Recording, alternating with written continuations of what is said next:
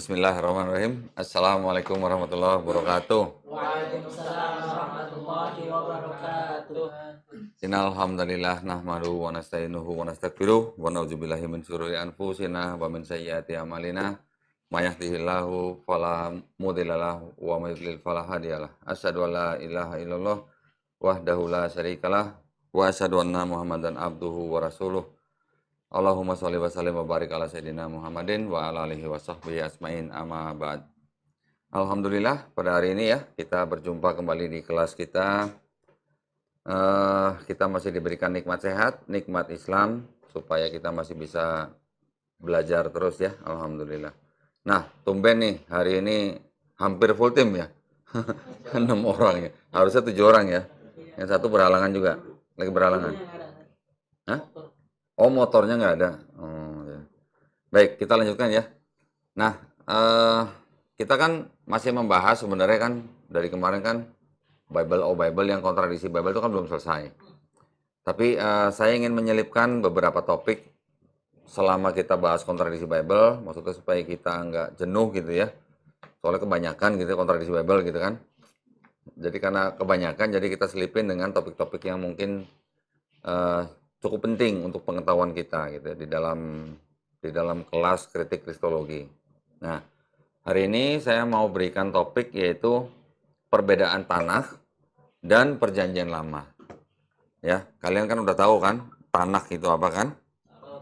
Nah, sekarang kita akan bahas sedikit lebih dalam apa perbedaan tanah itu dengan perjanjian lama yang dipakai oleh kalangan kekristenan. Ya, seperti kita ketahui bahwa di dalam Bible kan ada 2 bagian utama, perjanjian lama dan perjanjian baru, ya kan? Nah, perjanjian lama kita sudah tahu nih asalnya dari kitab apa dan punya siapa. Nah, sekarang kita akan coba masuk lebih dalam perbedaannya apa nih antara tanah milik Yahudi dengan perjanjian lama yang dipakai oleh kekristenan. Oke. Ya, kita mulai ya di ini apa namanya? PowerPoint-nya supaya kita bisa melihat apa namanya? Perbedaan-perbedaannya. Oke, tolong ditampilin. Nah, ini ya. Oke, apa itu tanah? Kita udah tahu kan? Tanah itu adalah singkatan daripada apa? Torah. Nevi'im, Ketuvim. Torah itu adalah yang disebut dengan 5 kitab Mose atau Musa, itu 5 buku ya. Kejadian, Keluaran, Imamat, Bilangan, Ulangan. Kemudian Nevi'im atau kitab nabi-nabi ada 19 buku. Di dalam 19 buku itu ada nabi-nabi yang dianggap sebagai nabi-nabi besar. Contohnya Yeremia, Yeskiel, Yesaya. Kemudian juga ada nabi-nabi kecil seperti Nabi Ayub, Nabi Hagai, Habakuk, Maliaki, dan sebagainya. Nah, kalau yang Ketuvim atau tulisan itu ada 11 buku kurang lebih. Di dalamnya ada kitab-kitab yang dianggap ditulis oleh Daud dan juga Salomo ya. Di dalam Ketuvim itu ada salah satu kitab yang disebut dengan Mazmur, yang kita kenal dalam Islam itu adalah Zabur ya. Oke, sekarang kita juga teruskan. Kalau Taurat atau Torah itu sendiri terdiri dari 5 kitab yang diberikan kepada Musa langsung dari Tuhan setelah keluar dari Mesir ya. Taurat diturunkan dari generasi-generasi sejak saat itu dari Musa. Pertanyaannya, apakah Musa yang menulis 5 kitab buku itu? Nah, itu nanti kita pelajari lebih jauh lagi ya. Itu topik lain lagi.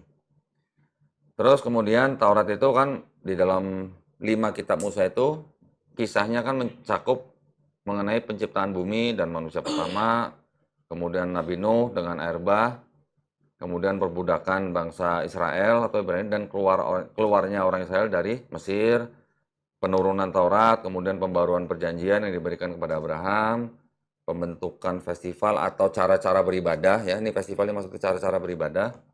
Kemudian mereka berkeliaran, ini maksudnya ini mengembara di padang pasir sebelum mereka masuk ke tanah Kanaan. Kemudian juga ada miskan, tabut, dan tugas-tugas yang diemban oleh imam. Dan akhirnya kisah tentang kematian Musa itu sendiri. Imam di situ yaitu diambil dari suku Lewi. Ya. Jadi ada 12 suku yang merupakan anak laki-laki semua dari Yakub, Nabi Yakub. Salah satu suku yang ditugaskan untuk menjadi imam adalah suku Lewi. Oke. Kemudian, nah, kalau di dalam Nevi'im itu mencakup periode waktu dari kematian Nabi Musa hingga pengasingan atau pembuangan ke Babilonia. Ya, isinya 19 buku. Nevi'im meliputi isinya adalah waktu orang Israel memasuki Israel. Terus kemudian penaklukan Yeriko, penaklukan Israel dan pembagiannya di antara suku-suku. Nah, pembagian di antara suku-suku ini maksudnya tanah Israel atau tanah Kanaan itu dibagi menjadi 12 wilayah yang setiap wilayah dipimpin oleh hakim-hakim. Ya, hakim-hakim itu diambil dari masing-masing suku. Kemudian juga ada sistem peradilan, ada era Saul dan Daud ya. Saul itu raja pertama dari bangsa Israel. Jadi setelah bangsa Israel diperintah oleh hakim-hakim, akhirnya mereka minta kepada nabi mereka saat itu, yaitu Nabi Samuel, untuk diperintah oleh seorang raja gitu. Dari 12 suku itu, mereka minta supaya diperintah oleh seorang raja. Raja pertama yang diurapi itu adalah Raja Saul. Ya. Kemudian digantikan oleh Daud. Setelah Daud meninggal, digantikan oleh anaknya Daud, yaitu Salomo. Ya. Juga di dalam Nevi'im itu ada tulisan-tulisan yang dianggap sebagai tulisan Salomo atau disebut dengan kebijaksanaan, dan juga mengenai pembangunan Bait Hamikdas. Bait Hamikdas itu adalah bait Allah kalau dibilang ya, dalam istilah dalam Bible yang pertama gitu ya. Dan juga mengenai raja-raja Israel, Yehuda, nubuatan mesianik dan pengasingan di Babilonia. Berikutnya di Ketuvim. Ketuvim itu mencakup periode setelah kembali dari pengasingan Babilonia dan berisi 11 buku. Ketuvim terdiri dari beberapa tulisan yang tidak memiliki tema keseluruhan. Bagian tanah ini mencakup puisi dan lagu, cerita Iov, Rut, Esther, tulisan dan nubuatan Daniel, sejarah raja-raja Israel dan Yehuda. Nah, yang ada di situ tulisan puisi dan lagu itu ada yang dikenal kitab dengan di Bible itu namanya Mazmur. Mazmur itu kita kenal di dalam Islam Zabur, ya. Kalau di Quran kan disebutkan Taurat, Zabur, Injil. Zabur itu yang dimaksud adalah Mazmur yang isinya kira-kira berisi puisi dan lagu, gitu ya. Selain itu juga ada kitab-kitab yang Rut dan Esther dan juga Daniel, tetapi itu bisa dikatakan ini sebenarnya hanyalah cerita-cerita atau kisah-kisah sejarah. Dari Rut, Esther, dan Daniel, yang Esther itu oleh kalangan Yahudi sendiri sebenarnya tidak diakui sebagai kitab yang historis gitu. Ya, artinya bisa dibuktikan dengan secara historis gitu. Ya. Nah, tanah itu sendiri juga disebut sebagai mikro, artinya membaca atau apa yang dibaca. Mikro, mirip ya dengan ikro, ya, mirip ya. Jadi memang ada kesamaan sebenarnya antara tradisi bangsa Yahudi dalam bahasanya juga dengan tradisinya gitu. Jadi sebenarnya kalau kita bisa melihat dengan open mind, sebenarnya apa yang dilakukan oleh bangsa Israel dengan segala kitab yang mereka buat, dengan tradisi yang mereka lakukan, dengan ibadah-ibadah yang mereka lakukan, itu sebenarnya bisa dikatakan sebagai apa ya? Artinya Islam itu hanya meneruskan sebenarnya. Ya, ibadah-ibadah mereka itu kurang lebih bersama dengan Islam. Ada wudhu, ya, mereka membasuh, ada sujud pada waktu sholat, juga ada larangan-larangan misalnya dalam kehidupan, misalnya riba, itu juga ada. Kemudian juga ada perintah sunat, itu wajib kalau disunat dibuat bangsa Israel. Karena mereka mengikuti, kalau dalam istilah kita tuh mengikuti milah Ibrahim gitu. Ya, mereka juga mengikuti perintah atau ibadahnya Nabi Abraham. Mereka menyebutnya Avram gitu. Ya, kemudian setelah itu berganti menjadi Abraham. Oke. Tiga bagian pembagian yang tercermin dalam akronim tanah dibuktikan dengan baik dalam dokumen dari Second Bait periode Hamikdas. Nah, jadi pada waktu mereka kembali dari Babilonia itu, bait suci yang sudah dihancurkan tuh boleh dibangun kembali, gitu ya. Itu yang disebut dengan bait Hamikdas. Sebaliknya, judul yang tepat adalah mikro karena teks-teks Alkitabiah dibaca secara terbuka. Mikro terus digunakan dalam bahasa Ibrani hingga hari ini dan di samping tanah untuk merujuk pada kitab suci Ibrani. Di Ibrani, lisan modern keduanya digunakan secara bergantian. Oke, nah menurut Rabbinik Yudaisme, setelah kehancuran Yerusalem, Yerusalem itu artinya Yerusalem ya, Rabi Zakai meminta izin dari Roma untuk mendirikan sekolah di Yavne. Ya, itu ada di kitab Gitin 56b. Di tempat inilah sekolah di Yavne mengkanonisasi tanah.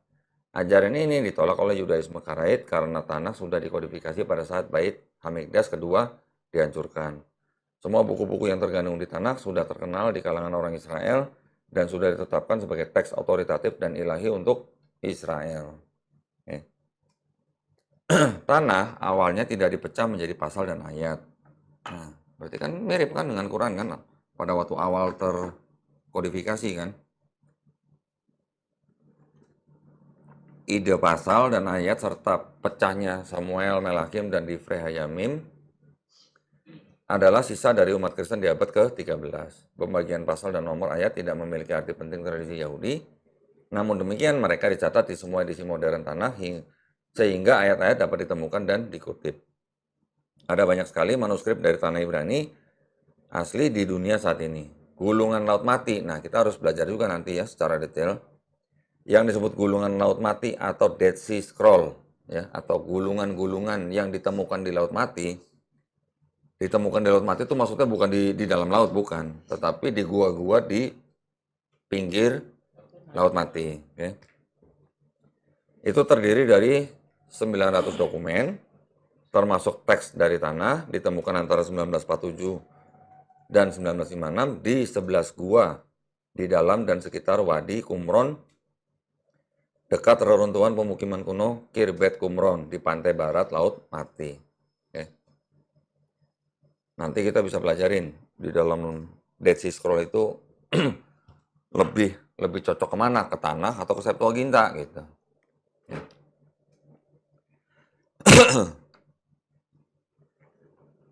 Nah, kemudian Targum Onkelos adalah Targum Babilonia untuk Torah. Nah, jadi selama bangsa Israel dibuang ke Babilonia, mereka itu punya juga yang disebut dengan Talmud gitu kan. Talmud itu ada Talmud yang ditulis di Babilonia, ada Talmud yang ditulis di Yerusalem. Jadi ada dua macam Talmud nih. Kedua-duanya punya otoritas. Gitu. Ya. Pekerjaan tersebut telah diidentifikasikan dengan Aquila dari Sinope. Targum Yonatan adalah Targum Babilonia ke bagian Nevi'im di Tanakh. Aleppo Codex juga dikenal sebagai Ether Aram Sofa, adalah manuskrip tanah yang terikat abad pertengahan yang ditulis pada abad ke-10 Masehi. Codex Leningrad, nah ini penting nih, juga dikenal sebagai Codex Kairo, adalah tanah lengkap tertua yang masih dipertahankan. Codex Leningrad adalah teks yang sepenuhnya vokal. Vokal itu artinya di dalam huruf-huruf Ibrani mereka sudah menambahkan nikut tanda baca, ya, sehingga huruf ini terbaca misalnya A, E, I gitu, ada vokalnya. Ya, karena Codex Leningrad adalah manuskrip tanah terlengkap yang tertua dalam tradisi tekstual Masoret dari keluarga Ben Asher, sekarang digunakan sebagai dasar untuk sebagian besar edisi cetak tanah modern, termasuk Biblia Hebraica tahun 1937 dan Biblia Hebraica Stuttgartensia, Jerman ya, 1967 dan 1977. Nah, kalau perjanjian lama yang dipakai oleh kekristenan atau yang disebut istilahnya Old Testament dalam bahasa Inggris, itu adalah kumpulan buku yang membentuk paruh pertama dari dua bagian kanon Kristen ya. Seperti tadi saya bilang, Bible-nya Kristen ada perjanjian lama dan perjanjian baru. Yang pertama disebut sebagai Old Testament atau perjanjian lama. Istilah perjanjian lama digunakan dalam kekristenan untuk merujuk pada tulisan religius di Israel kuno. Isi perjanjian lama bervariasi antar denominasi. Protestan hanya menerima kanon tanah tetapi membaginya menjadi 39 buku. Sedangkan Katolik, Ortodok Timur, Koptik, dan Ethiopia mengakui koleksi yang jauh lebih besar. Bedanya apa? Di dalam yang Katolik, Ortodok Timur, Koptik, dan Ethiopia itu mengakomodasi kitab-kitab yang disebut dengan apokrifa. Gitu. Apokrifa itu adalah yang awalnya didefinisikan sebagai kitab-kitab yang dirahasiakan awalnya. Tapi belakangan dirubah pengertiannya menjadi kitab-kitab yang tidak jelas siapa penulisnya gitu. Ya. Nah, perjanjian lama Kristen secara luas dapat dibagi menjadi Pentateuch. Pentateuch itu tadi yang kita sebut sebagai Torah atau 5 kitab Musa, ya. Jadi Torahnya Yahudi itu oleh Kristen disebut sebagai Pentateuch gitu. Setelah itu juga buku sejarah yang menceritakan sejarah orang-orang Israel dari penaklukan Kanaan hingga kekalahan dan pengasingan mereka di Babilonia. Yang puitis dan buku-buku kebijaksanaan yang membahas pertanyaan-pertanyaan tentang kebaikan dan kejahatan di dunia. Itu yang tadi disebut di Ketuvim. Dan buku-buku Alkitabiah Nabi, peringatan konsekuensi berpaling dari Tuhan. Karena mereka bangsa Israel sering berpaling, itu maksudnya sering musyrik gitu. Ya. Maka tulisannya adalah di buku-buku Nevi'im atau Nabi-Nabi. Nah, gereja Kristen awal itu terutama menggunakan Septuaginta. Kita udah belajar ya, Septuaginta tuh bagaimana proses penerjemahannya, berapa kali tahapannya, dan apa saja yang dirubah. Yaitu Septuaginta adalah versi Yunani tertua dari tanah sampai pertengahan abad keempat. Nah, perhatikan ya. Kenapa sampai abad pertengahan abad keempat? Karena sampai pertengahan abad keempat itulah Septuaginta itu dikoreksi oleh bapak-bapak gereja. Gitu. Ya, gereja-gereja awal mengutip Septuaginta kuno dan itu digunakan oleh penginjil dan rasul yang pada dasarnya membantunya mencapai status resmi di dunia Kristen awal. Pada saat yang sama dengan Septuaginta diproduksi, terjemahan sedang dibuat bahasa Aram. Nah, bagi orang Kristen Aram itu Aramik ya, Syria gitu lah ya. Ada terjemahan bahasa Syria dari tanah yang disebut Pesita. Nah, ini penting nih ya. Serta versinya dalam bahasa Koptik, Ethiopia, Armenia, dan Arab. Tuh. Jadi ternyata waktu Septuaginta belum final, itu sudah ada penerjemahan ke dalam bahasa Aramaik. Ya. Nah, buat orang-orang Kristen, itu ada terjemahan bahasa Syria dari tanah itu yang disebut dengan Pesita. Ini dia nih. Pesita nih. Ya. Syriak tuh ya. Ini kira-kira artinya nih perjanjian Syriak kuno, Le Pentateuch tuh. Atau disebut La Pesita, interlinear Syriak Arab. Tuh ya. Old Testament Syriak The Pentateuch gitu. Ada yang mau beli? Boleh. Lumayan ya harganya. Nggak jadi, Seth.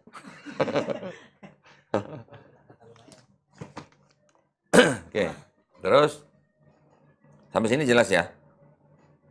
Jelas, ya Allah, Seth. Oke, terus lanjut.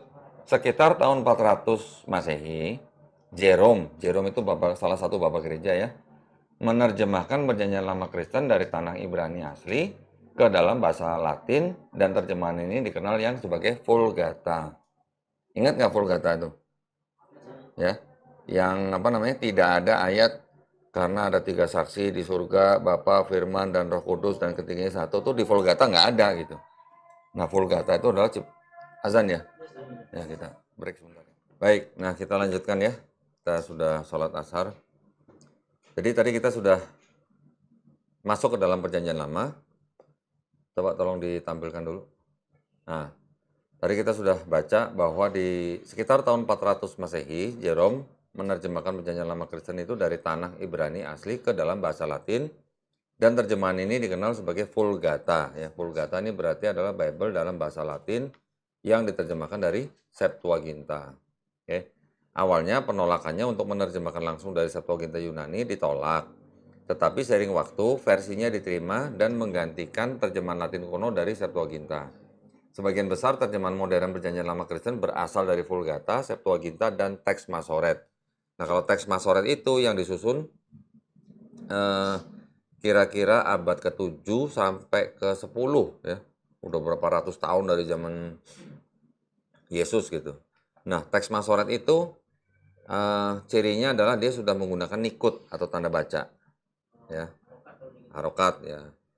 Oke, kita lanjut ya. Nah, ada banyak perbedaan dalam terjemahan antara perjanjian lama Kristen dan Yahudi Tanakh. Ada beberapa perbedaan kecil dalam penomoran pasal dan ayat di antara Tanakh dan Perjanjian Lama. Contoh misalnya di Yesaya.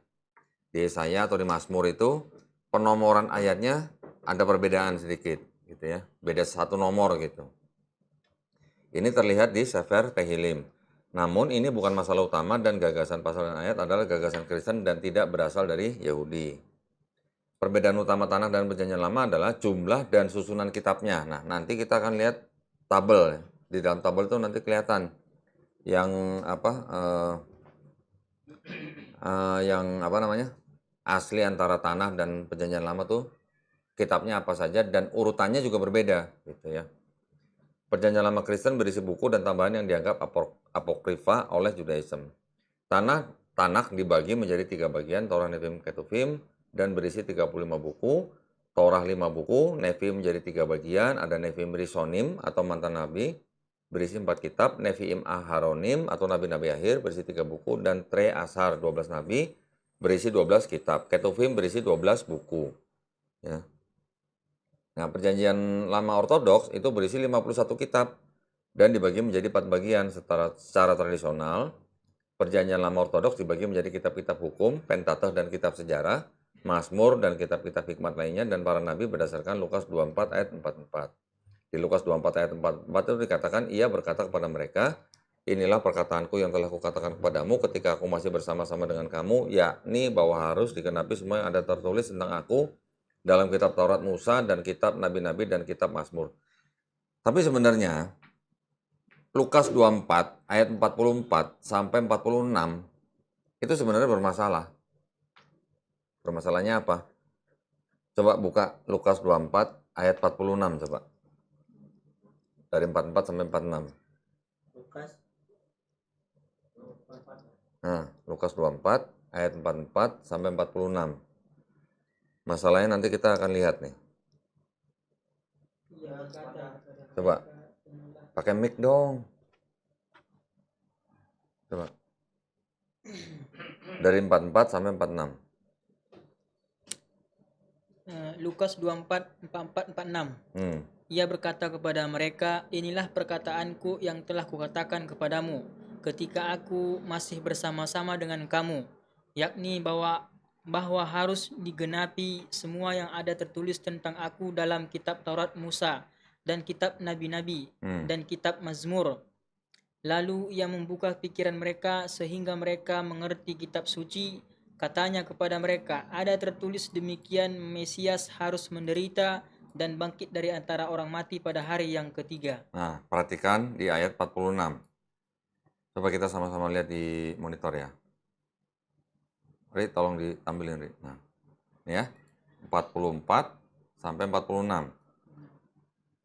Di sini dikatakan kan, 46 nih, katanya kepada mereka, ada tertulis, ya. Tertulis itu artinya apa? Tersurat atau tersirat? Tersurat ya, berarti harus ada tulisannya kan? Apa yang harus tertulis itu apa? Mesias harus menderita dan bangkit dari antara orang mati pada hari yang ketiga. Ternyata kalau kita lihat di semua kitab di Perjanjian Lama, itu tidak ada kata-kata yang tertulis Mesias harus menderita dan bangkit dari antara orang mati pada hari ketiga. Itu tidak ada. Ada kira-kira 6 ayat di dalam semua 4 gospel yang kata-katanya seperti ini. Ada tertulis begini, ada tertulis begini, ada tertulis begini. Tetapi di Perjanjian Lama tuh nggak ada. Nah, dari mana si penulis gospel-gospel itu bisa menulis tertulis demikian, tetapi ternyata di Perjanjian Lama nggak ada. Ada teori ya. Teori yang mengatakan bahwa penulis-penulis gospel itu kan mereka banyak mengutip dari Septuaginta. Tetapi Septuagintanya itu sebenarnya tidak satu versi. Ada banyak versi. Selama di abad-abad pertama Masehi itu sudah beredar banyak versi. Nah, kemungkinan yang Lukas ini mengambil dari Septuaginta, tetapi yang tidak dikanonkan ke dalam Bible. Gitu. Ya. Jadi kalau kita cari di Perjanjian Lama, ada tertulis demikian, Mesias harus menderita dan bangkit dari antara orang mati pada hari ketiga. Cari sampai botak nggak ada di Perjanjian Lama. Paling-paling dari kalangan kekristenan hanya akan bilang bahwa di kitab Yunus ada gitu, bangkit pada hari ketiga gitu. Ya, tetapi di situ tidak ada kata-kata Mesias. Kemudian mereka juga bawa-bawa Yesaya 53. Tetapi di situ juga tidak ada kata Mesias gitu. Ya, jadi kemungkinan besar bahwa penulis Lukas itu dia mengutip dari Septuaginta yang tidak dikanonkan ke dalam Bible yang kita lihat sekarang. Gitu. Oke, kita lanjut ya. Nah, Pentateuch berisi 5 kitab yang merupakan kitab yang sama yang terkandung dalam Taurat. Itu bagian sejarah berisi 18 buku, beberapa diantaranya berasal dari Nevi'im dan Ketuvim, bagian dari tanah. Selain itu, bagian sejarah dari Perjanjian Lama Ortodoks berisi buku apokrif termasuk Esdra pertama, Tobit, tambahan, Ester, dan pertama, kedua, dan Makabe ketiga. Bagian kebijaksanaan berisi 8 buku yang mencakup sisanya buku-buku dari bagian Ketuvim dari tanah, serta tambahan apokrif dari Mazmur 151. Kemudian juga ada doa Manasye, kebijaksanaan Sulaiman, dan Ecclesiasticus atau kebijaksanaan Sirak. Para nabi bagian ini dibagi menjadi nabi besar dan nabi kecil. Nabi besar termasuk 4 buku-buku yang berasal dari bagian Nevi'im dan Ketuvim dari tanah, dan nabi kecil berisi dari 12 buku yang merupakan buku yang sama yang terdapat di bagian Tre Asar tanah. Para nabi bagian ini dibagi menjadi nabi besar dan nabi kecil. Nabi besar termasuk 4 buku yang berasal dari bagian Nevi'im dan Ketuvim dari tanah. Nabi kecil berisi 12 buku yang merupakan buku yang sama yang terdapat di bagian Tre Asar tanah. Perjanjian Lama Katolik berisi 46 kitab dan dibagi menjadi 4 bagian. Kanon Gereja Katolik Roma didirikan pada abad 16 di Konsili Ekumenis abad ke abad Tren. Kanonisasi di Konsili Tren mengacu pada daftar buku-buku Alkitabiah yang sejak saat itu dianggap kanonik. Konsili Tren menegaskan daftar identik yang telah disetujui di tahun 1442 dalam Konsili Florence. 1442 udah lama banget ya. Dari abad pertama udah 1 milenium lebih itu. Ini tadi udah ya. Sebagai tambahan, bagian sejarah dari Perjanjian Lama Katolik berisi kitab apokrifa termasuk Tobit, Judit, tadi kita sudah baca ya. Bagian kebijaksanaan berisi 7 buku yang mencakup sisa buku Ketuvim, serta penambahan kitab-kitab apokrifa dari kitab kebijaksanaan dan Ecclesiasticus, ini tadi juga sudah. Bagian Nabi berisi 18 buku. Bagian ini dari Perjanjian Lama Katolik berisi kitab-kitab dari Nevi'im dan Ketuvim, serta buku-buku apokrifa dari Baruch, surat Yeremia, dan tambahan untuk Daniel.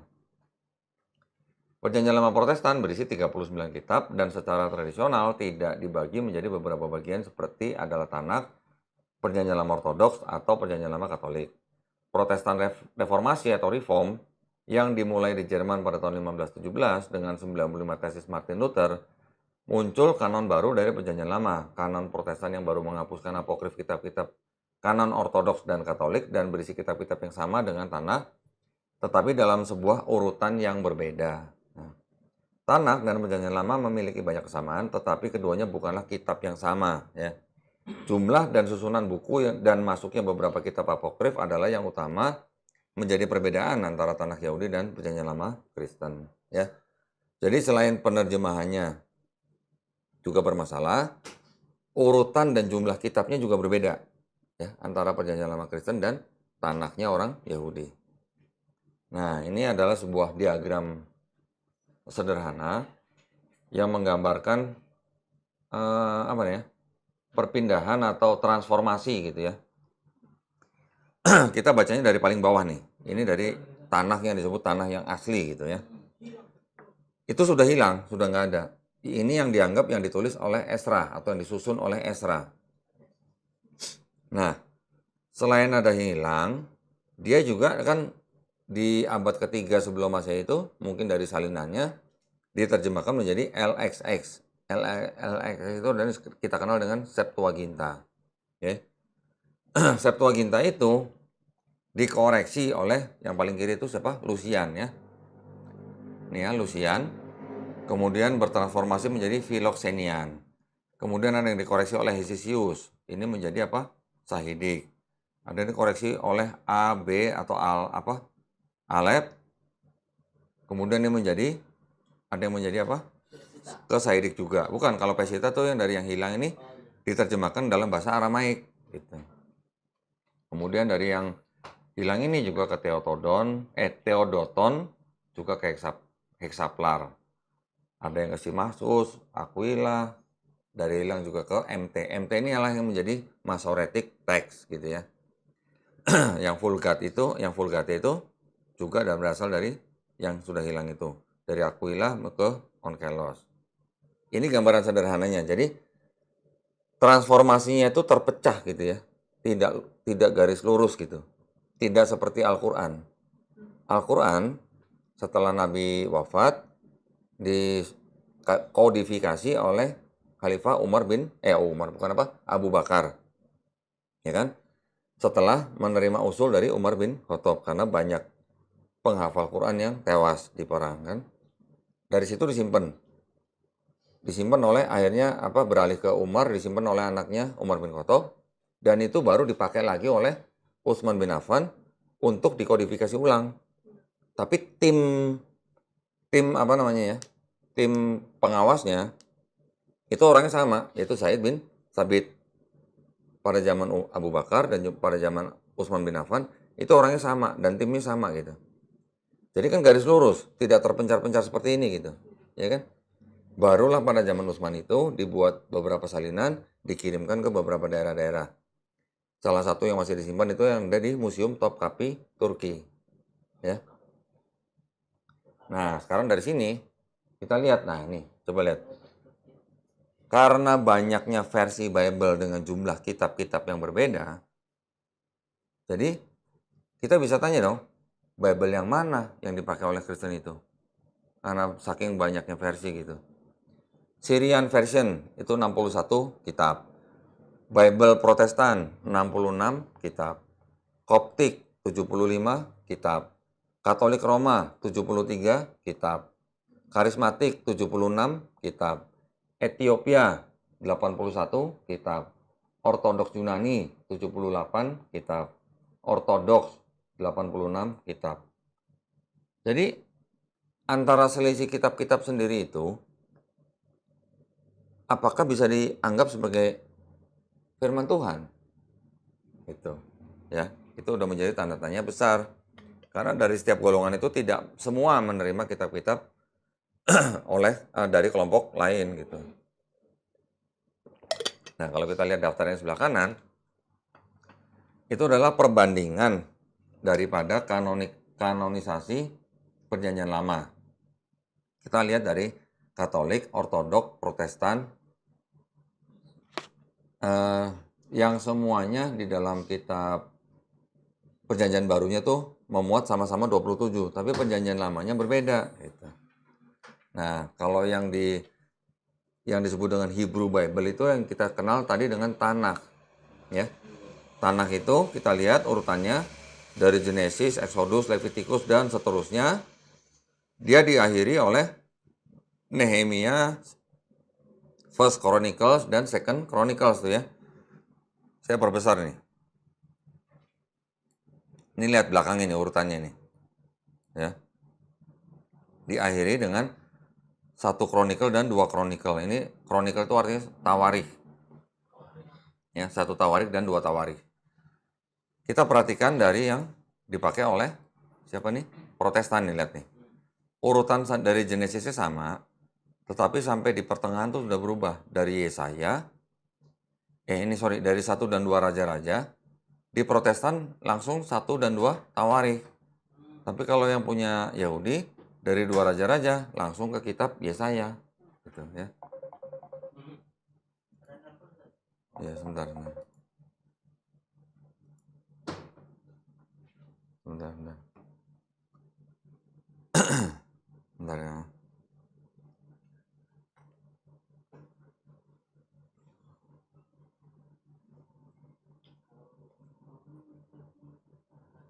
Sebentar ya.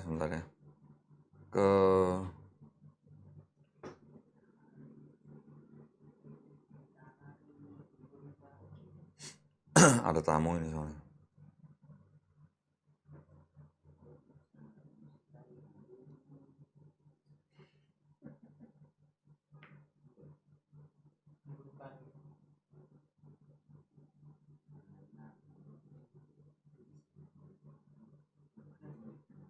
Oke ya, kita lanjutkan ya. Nah, jadi urutannya tuh tidak sama persis gitu. Yang namanya tanah dengan perjanjian lama gitu. Nah, kalau kita lihat lagi di Katolik Roma, dia selain daripada yang ada di dalam tanah ini, dia juga ada tambahan-tambahan. Nah, contohnya apa? Ada Tobit, ada Judit, ada Esther, tambahan Esther, ada 1 dan 2 Makabe. Kemudian ada apa nih? Sirah gitu ya. Ada juga Baruh. Ada juga tambahan yang Daniel. Yang di Ortodoks Yunani tambah lagi gitu. Semakin banyak nih. Ada selain daripada apa namanya yang ada di Katolik apa Roman Katolik, mereka juga ada tambahan Makabe sampai 4 tuh. Ya, 4 Makabe. Kemudian yang lain apa lagi nih? Selain ada Baruk juga, di atas ada sebentar. Nih ya, Makabenya aja beda. Di sini kan hanya 1 dan 2 Makabe. Ini ada 1, 2, 3 tuh. Ya kan? Kemudian kita lihat lagi di bawah ada apa nih? Sirah. Tadi ini udah ya, Daniel ya. Nah, jadi gitu. Jadi, apakah tanah itu sama dengan perjanjian lama? Bedanya di situ tuh. Memang mereka isi kitabnya di kekristenan isinya kurang lebih sama. Tetapi ternyata selain juga ada terjemahan yang berbeda, jumlah kitabnya juga berbeda, dan juga urutannya juga berbeda. Gitu. Pertanyaannya adalah, apakah tanah itu sama persis dengan perjanjian lama? Gitu. Oke. Sampai sini cukup jelas? Atau ada yang mau tanya? Silakan. Ri, tolong Ri. Kira-kira yang mau tanya?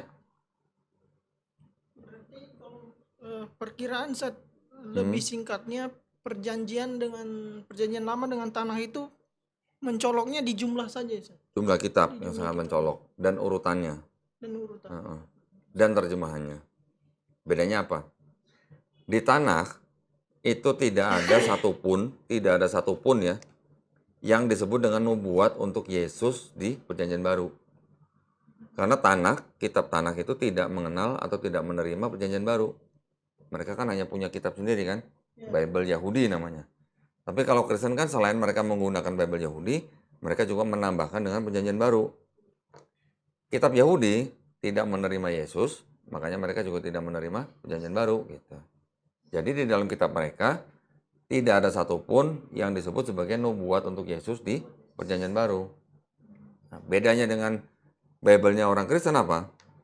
Bible-nya orang Kristen menggunakan Bible-nya orang Yahudi, kemudian diterjemahkan dengan bahasa mereka dan pemahaman teologis mereka, karena mereka sudah terpapar oleh Helenisme Yunani kuno, akhirnya tanah yang sudah menjadi perjanjian lama itu seolah-olah berbicara mengenai Yesus di perjanjian baru.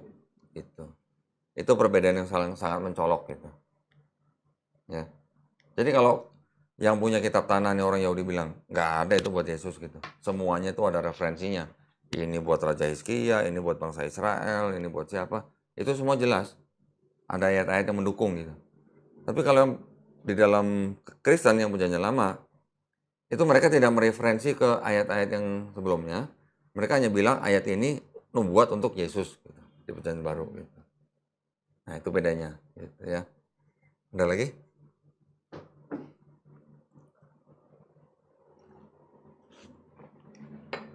Di luar topik ini juga nggak apa-apa.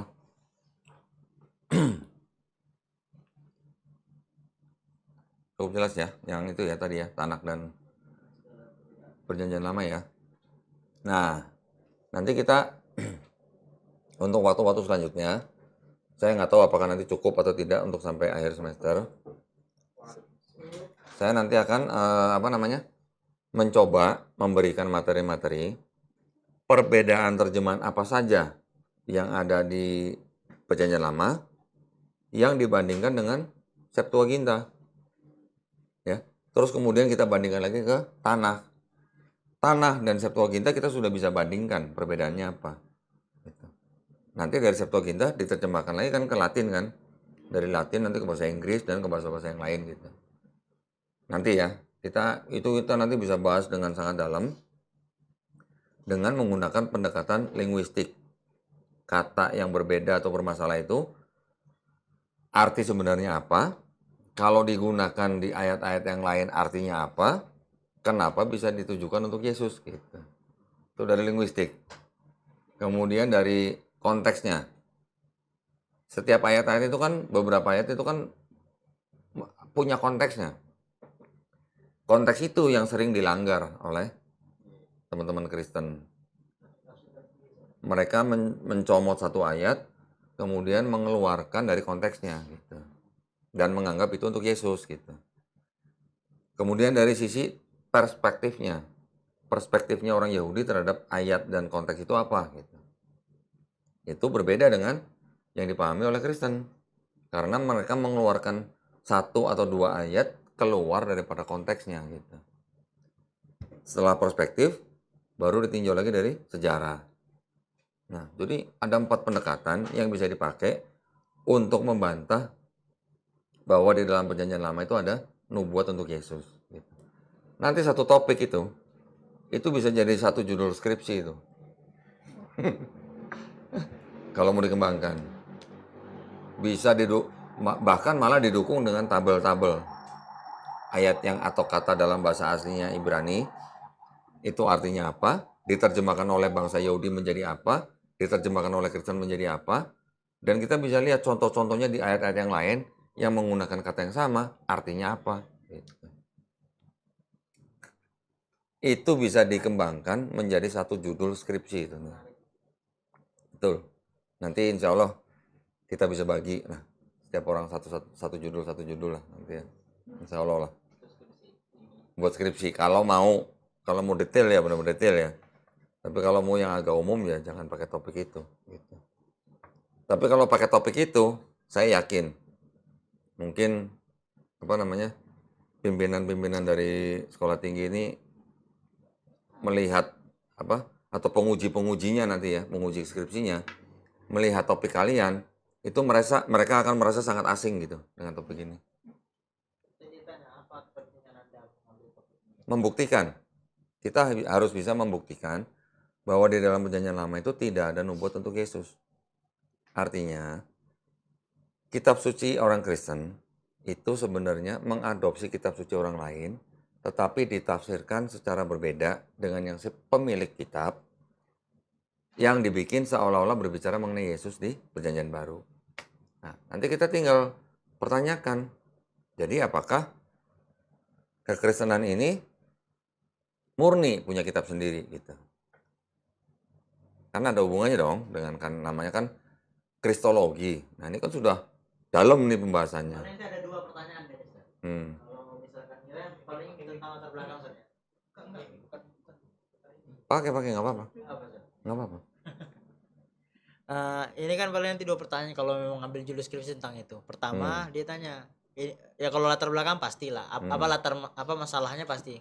Apa masalah yang latar belakang itu pasti. Cuman ada 2 hal lain diantaranya seperti apa kaitan Anda yang judul skripsi Anda ambil ini dengan dakwah gitu. Pertama itu.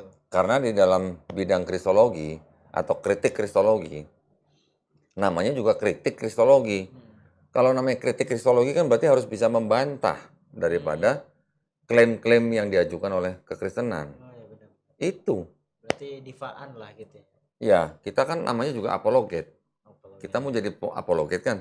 Apologet itu kan artinya kan membela keyakinan.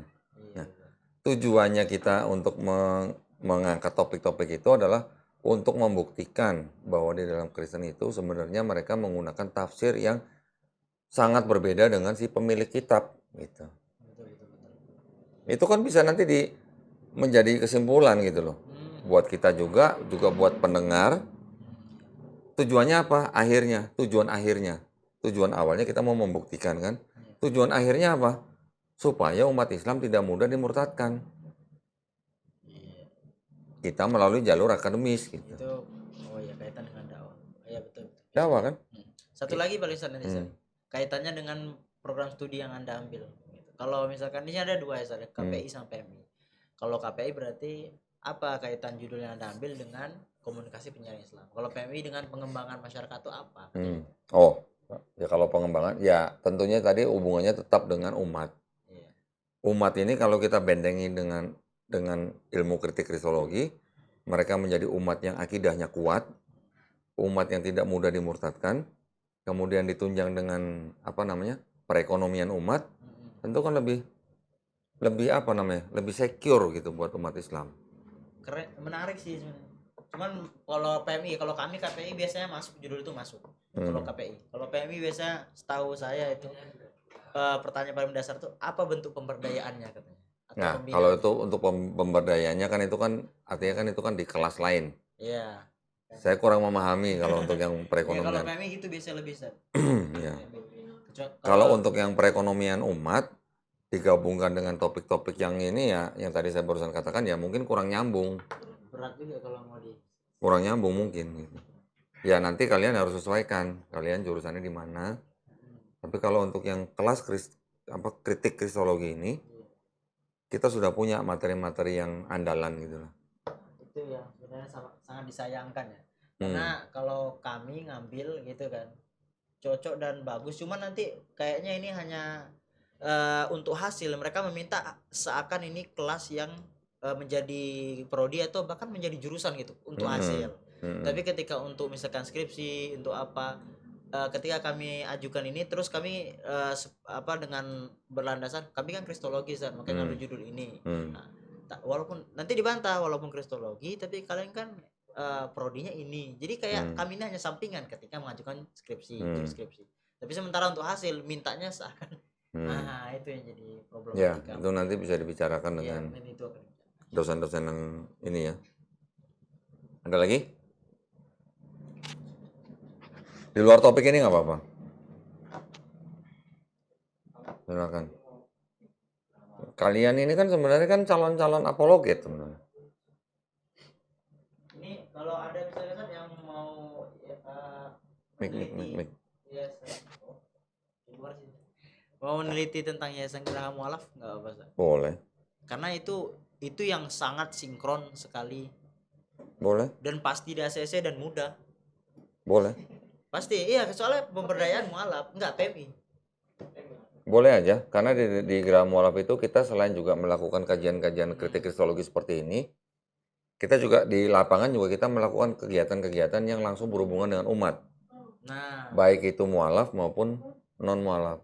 jadi nanti Misalnya, contoh misalnya. Kita tahu lah ya, banyak saudara-saudara kita yang muslim terjerat dengan hutang. Ya, Iya. yang melibatkan riba. Mungkin buat mereka memang itu masih satu-satunya jalan gitu. Buat mereka gitu. Kita mencoba membantu supaya mereka terlepas dari riba. Itu salah satu. Itu sudah kita lakukan. Oh, banyak berarti Zat. Ya, itu salah satu yang sudah kita lakukan. Selain dari kajian, kemudian pemberdayaan ekonomi umat, kemudian juga pembinaan mualaf gitu. Dan lain-lain. Termasuk diantaranya debat gitu. Nah, ngomong-ngomong debat, nanti minggu depan saya kasih tugas nih.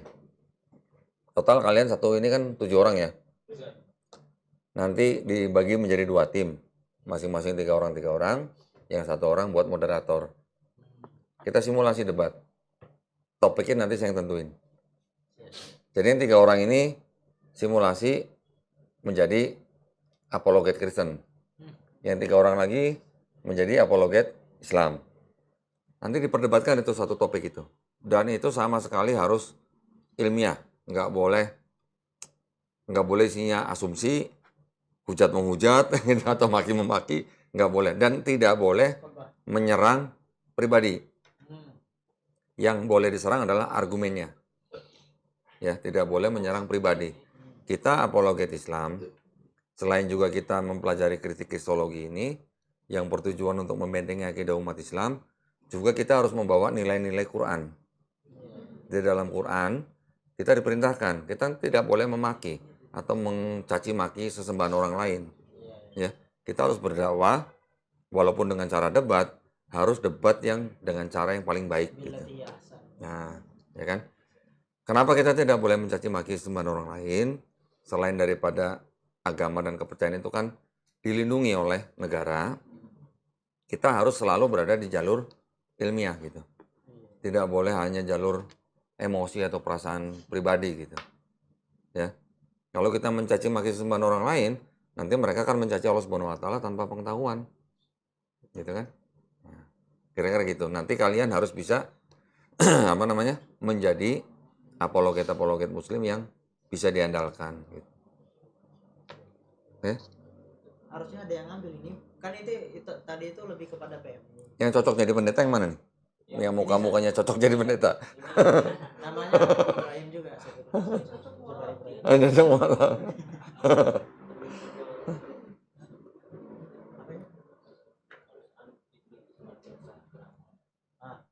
Teliti di sini aja. Iya. Apa? Bisa. Kalau misalkan mau teliti gerak mualaf, perbanyak dekat dengan ustaz aja ya. Iya. Itu Bisa. aja intinya. Saya karena bukan Bawa apa? Bawa diri lah. Iya itu udah pas, nanti kan latar belakang masalahnya itu lebih kepada banyak udah yang diantara banyak yang udah dilihat dalam hidup Anda gitu, latar belakang masalah.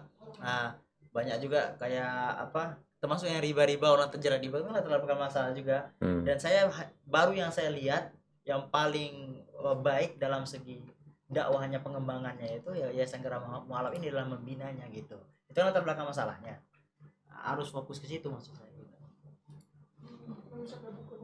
Itu boleh, maksudnya yang baru saya lihat artinya kan banyak.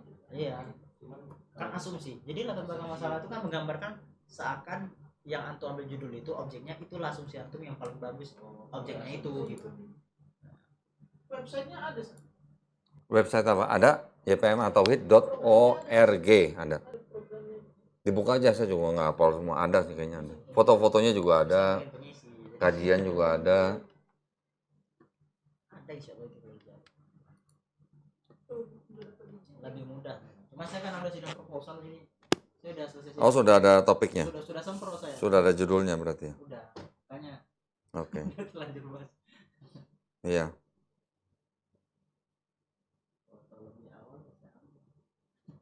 Wow, itu mah luar biasa itu. Bagus banget itu sebenarnya. Iya. Itu telak gitu udah. Nggak bisa itu dibantah sama orang Kristen. Kalaupun bisa dibantah itu seolah-olah mereka memelas gitu.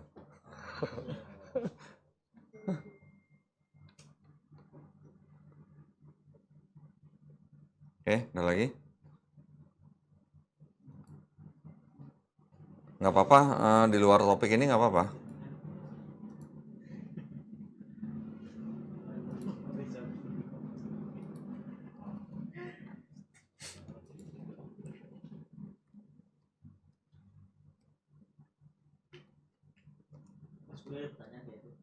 Nah, ada pertanyaan? Oh Ustaz, yang kemarin yang saya minta ke Ustaz itu apa, saya lupa ya pendapat. Apa? Yang tentang judul skripsi itu. Ya itu nanti makanya. Kapan mau mulai susun? Itu yang saya mau masukin ke KPI-nya itu yang masih bingung, Ustaz. Iya, kapan mau masukin? Kalau udah bisa, udah langsung apa namanya? Kalau udah dapat untuk kayak KPI-nya gimana? Udah sebenarnya kalau saya bisa bantu Mana ya? judul kalau untuk program dia saat prodinya itu asal ada yang hubungan dengan komunikasi. Itu aja. Komunikasi. Pokoknya ada hubungan komunikasi. Kalau mereka nih yang PMI asal ada bentuk keberadaan untuk pembinaannya. Itu aja intinya. Kemarin itu apa ya? Kalau yang komunikasi nanti nggak nyambung dong topiknya. Makanya itu Ustaz. Tapi bukan komunikasi umum, Ustaz. Komunikasi dakwah. Kayak saya misalnya strategi. Asli kan saya awalnya strategi dakwah. Saya tambahin aja strategi komunikasi dakwah. Kemarin Ustaz itu mana ya? Kalau komunikasi kan berarti membicarakan tentang strategi untuk menyampaikan dakwah tepat sasaran, ya kan? Tepat materinya, gitu-gitu ya. Tapi kalau tadi itu masih masuk ke KPI, terkait judul tadi itu. Masih masuk. Masuk kalau saya pertimbangkan masuk. Ya, coba nanti gini aja, sediain waktu buat kita untuk milih topik itu. Iya, Ustaz. Nah, kemarin saya pengen yang udah ini sudah Ustaz Fadlan. Tapi pas saya bilang lebih ke kristolog, malah dosennya malah ya kan antum kristolog, Hmm. coba nyari yang lebih ke ini, katanya lebih ke Bible yang mungkin ke itu. Tapi yang harus benar-benar dengan komunikasinya. Oh, saya dapat itu. Dengan komunikasinya. Terkait Ustaz Donitan, tapi nanti ujungnya itu belakangnya itu melalui channel YouTube Ustaz Donitan. Pak, nah, walaupun nggak ada kata komunikasi. Iya, Pak, kemarin kan udah ada topik tersendiri tuh tentang yang Ustaz kasih tuh. Ya, ya, ya. Yang kemarin. Itu dia saya ini Ustaz. Oh, maksudnya jadi gini, dari materi-materi itu kita harus bisa mengkomunikasikan Iya. kepada umat dengan tujuan untuk tidak mudah dimurtadkan gitu ya. Itu bisa gitu. Oke. Ya itu bisa, Mas. Ya tadi yang saya sarankan tadi tentang apa, Ustaz? Janji deskripsi yang saya sarankan tadi. Mm-mm. Itu adalah materi-materi yang membantah atau membuktikan bahwa di dalam perjanjian lama itu tidak ada nubuat untuk Yesus gitu. Menjadi ada karena itu hasil kerja kalangan kekristenan gitu. Jadi kalau mau sederhananya nih, sederhananya begini. Bible Yahudi, ini kan punya orang Yahudi. Iya. Kita tahu bangsa Yahudi kan. Bangsa Yahudi ini dari 12 suku itu. Dari mulai Yakub lah, kita mulai dari Yakub lah ya, yang punya 12 anak. Akhirnya kan mereka pindah, hijrah ke Mesir. Ya kan? Karena anaknya, salah satu anaknya itu Yusuf, itu kan menjadi penguasa di Mesir. Dengan melalui berbagai perjalanan yang mungkin cukup berat lah. Akhirnya dia menjadi penguasa di Mesir, keluarga Yakub dan anak-anak yang lain pindah ke Mesir. Di Mesir mereka tinggal, atau apa namanya, ya menjadi bagian dari bangsa Mesir itu kurang lebih 400 sampai 430 tahun, bayangkan. Mesir sendiri itu sebenarnya kan mempunyai banyak apa sistem kepercayaan yang menyembah dewa-dewa. Sedangkan Nabi Yakub dan anak-anaknya ini kan bertauhid atau monoteis gitu kan. Selama ratusan tahun bangsa Israel hidup di bawah bangsa lain karena mereka juga menjadi budak buat bangsa Mesir. Dengan kepercayaan orang-orang Mesir yang menyembah dewa-dewa, kira-kira ada yang terpapar nggak dari bangsa Mesir, dari bangsa Israel itu dengan ajaran dewa-dewa? Pasti ada dong. Dari Mesir aja udah 400 sampai 430 tahun. Setelah itu mereka keluar dari Mesir, masuk Kanaan, menjadi bangsa sendiri, dipimpin oleh hakim-hakim, kemudian berubah dipimpin oleh raja. Setelah Raja Salomo meninggal, kira-kira di abad ke-10 Masehi, bangsa Israel ini kerajaannya terpecah menjadi dua. Israel Utara, Israel Selatan. Israel Selatan itu suku Benyamin dan Yehuda. Israel Utara itu 10 suku sisanya, yang lainnya. Kira-kira di abad ke berapa ya? Abad ke 6 atau 7 itu dikuasai enggak. Nabi Salomo itu meninggal abad ke-10 sebelum Masehi. Tidak lama setelah kerajaan Israel terpecah menjadi dua, itu mereka yang utara dikuasai oleh kerajaan Assyria, Asyur. Ya. Kurang lebih hampir 2 abad. Kemudian Assyria ini dikalahkan oleh Babilonia dengan Raja Nebukadnezar II. Nebukadnezar II masuk, bait suci dihancurkan. Yang selatan juga dikuasain juga. Jadi kalau utara dikuasai oleh Assyria aja, waktu Babilonia masuk, yang utara dan selatan dikuasai semua gitu. Makanya mereka dibawa ke Babilonia. Disebut sebagai masa pembuangan Babel gitu ya. Dari situ Babilonia akhirnya diserbu oleh Persia. Itu udah kurang lebih di abad ke-5 atau 6. Kemudian karena Persia ini menyerbu Babilonia dan mereka menguasai Babilonia, orang-orang Israel yang sudah dibuang ke situ boleh pulang ke Palestina dan diizinkan untuk membangun kembali bait suci. Terakhir itu diizinkan oleh Raja Darius namanya, dari Persia. Setelah berapa lama di situ, nggak lama Romawi menjajah kan banyak daerah kan, termasuk Palestina. Persia dikalahkan oleh Romawi. Gitu.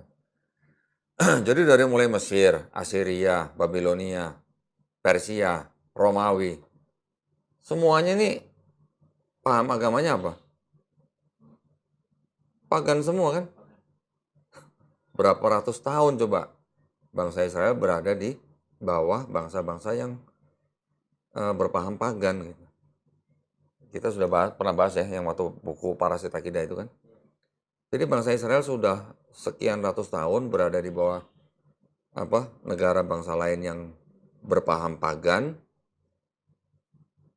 Kemungkinan besar, kalaupun tidak semua, sebagian kan pasti sudah ada yang terpapar dengan paham-paham pagan tersebut kan.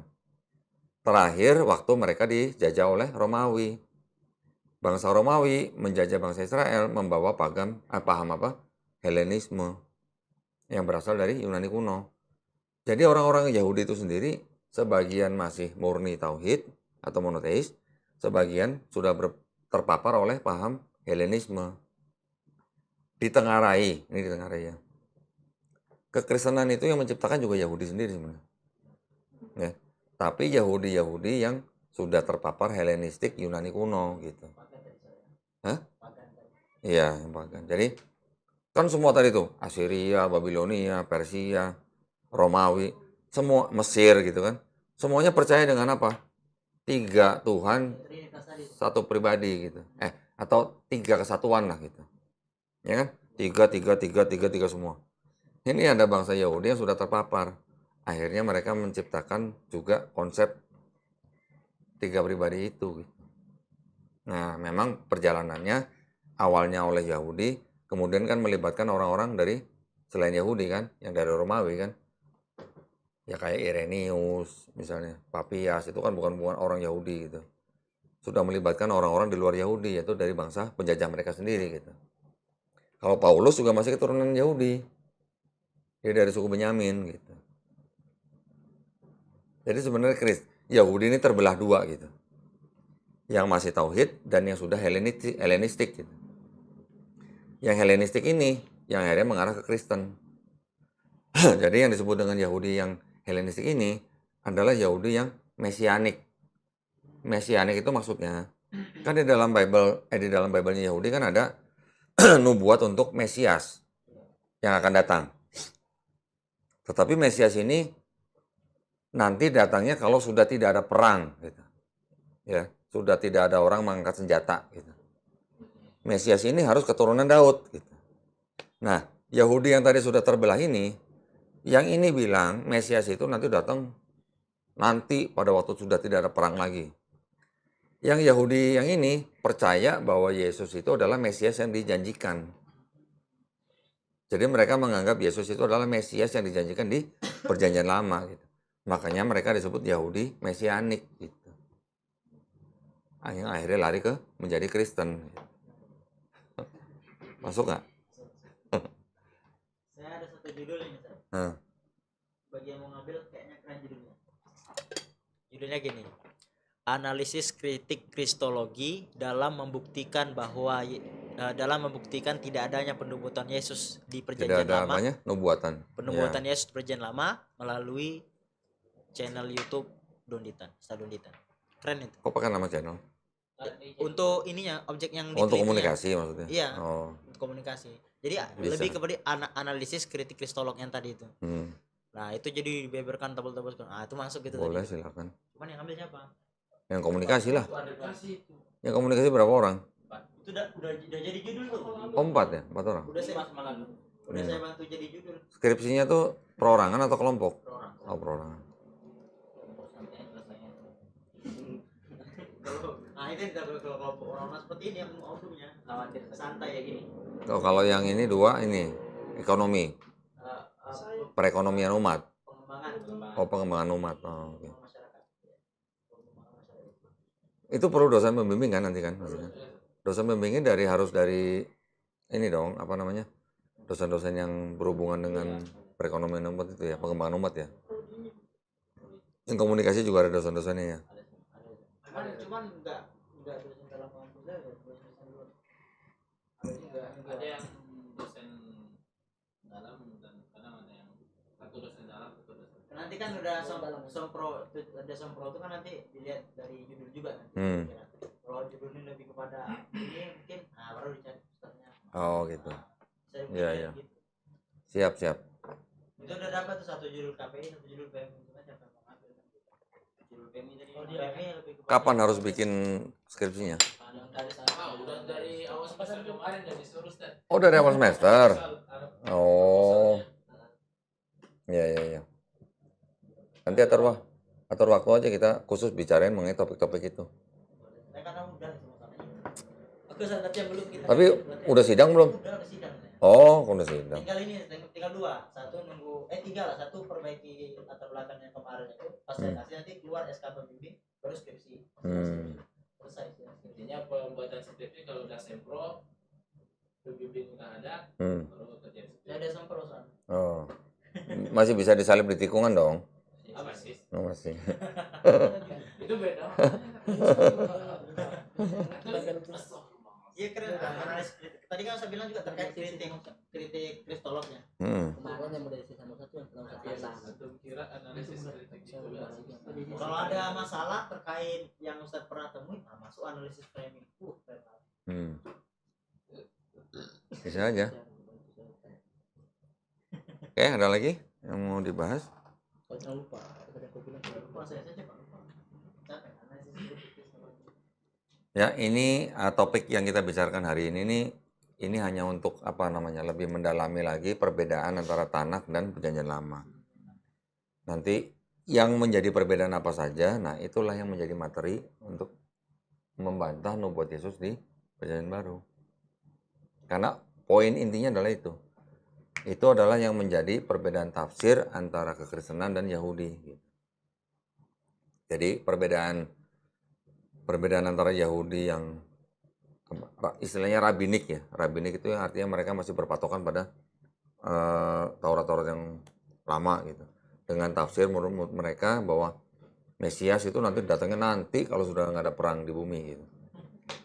Di lain pihak ada Yahudi-Yahudi yang sudah terpapar oleh Helenistik, mereka yang menjadi cikal bakal yang disebut dengan Yahudi Mesianik, yang percaya bahwa Yesus itulah Mesias yang dijanjikan gitu. Nah, perbedaan ini yang akhirnya membedakan antara Perjanjian Lama dan Tanakh gitu. Ya. Cukup jelas ya? Ada info sedikit boleh saya? Kalau dari kalender akademiknya, kita paling kuliah tinggal pekan depan. Tinggal pekan depan. Untuk tahun ini? Atau untuk satu semester? Sampai tanggal 31 bulan ini. Ya, tapi untuk tahun ini kan, bukan untuk satu semester.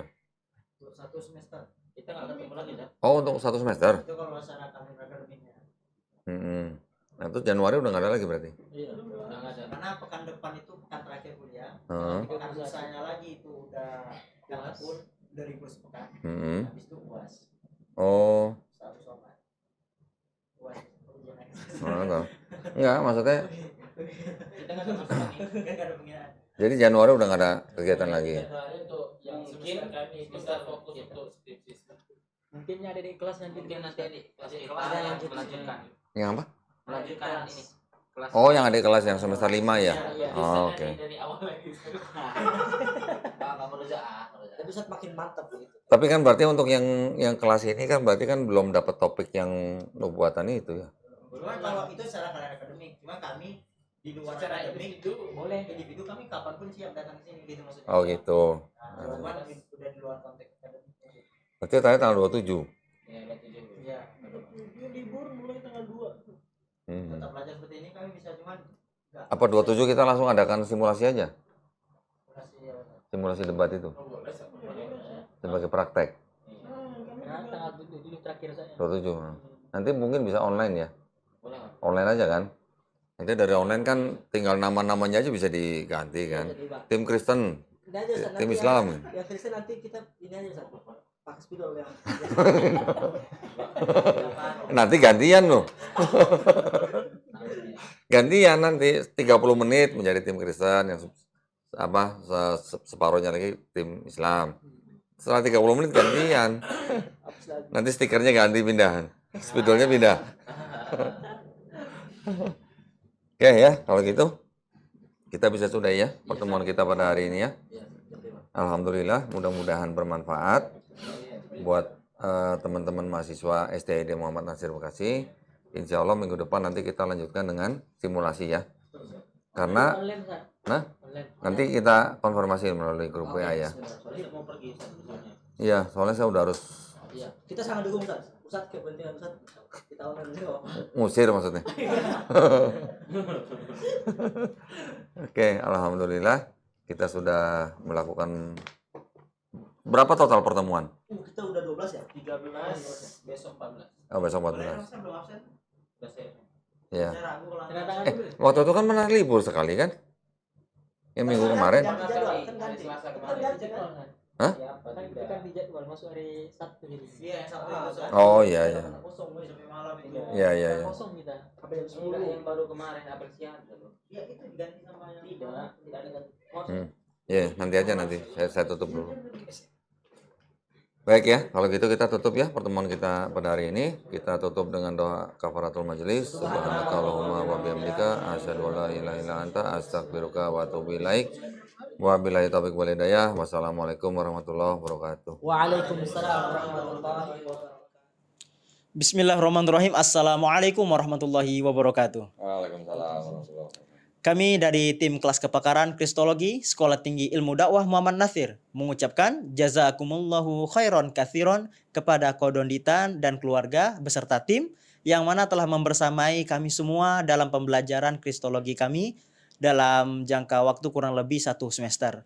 Mudah-mudahan teruntuk Kodonditan tetap panjang usianya dan barokah, rezekinya, dan juga ilmunya tentunya bermanfaat untuk generasi ke depannya. Dan untuk kami semua mudah-mudahan bisa terus melanjutkan pembelajaran ini meski bukan dalam akademik atau waktu yang ditentukan seperti ini, mungkin bisa di lain waktu. Sekolah Tinggi Ilmu Dakwah Muhammad Natsir. Selamatkan dan bangun Indonesia dengan dakwah. Takbir. Allahu Akbar.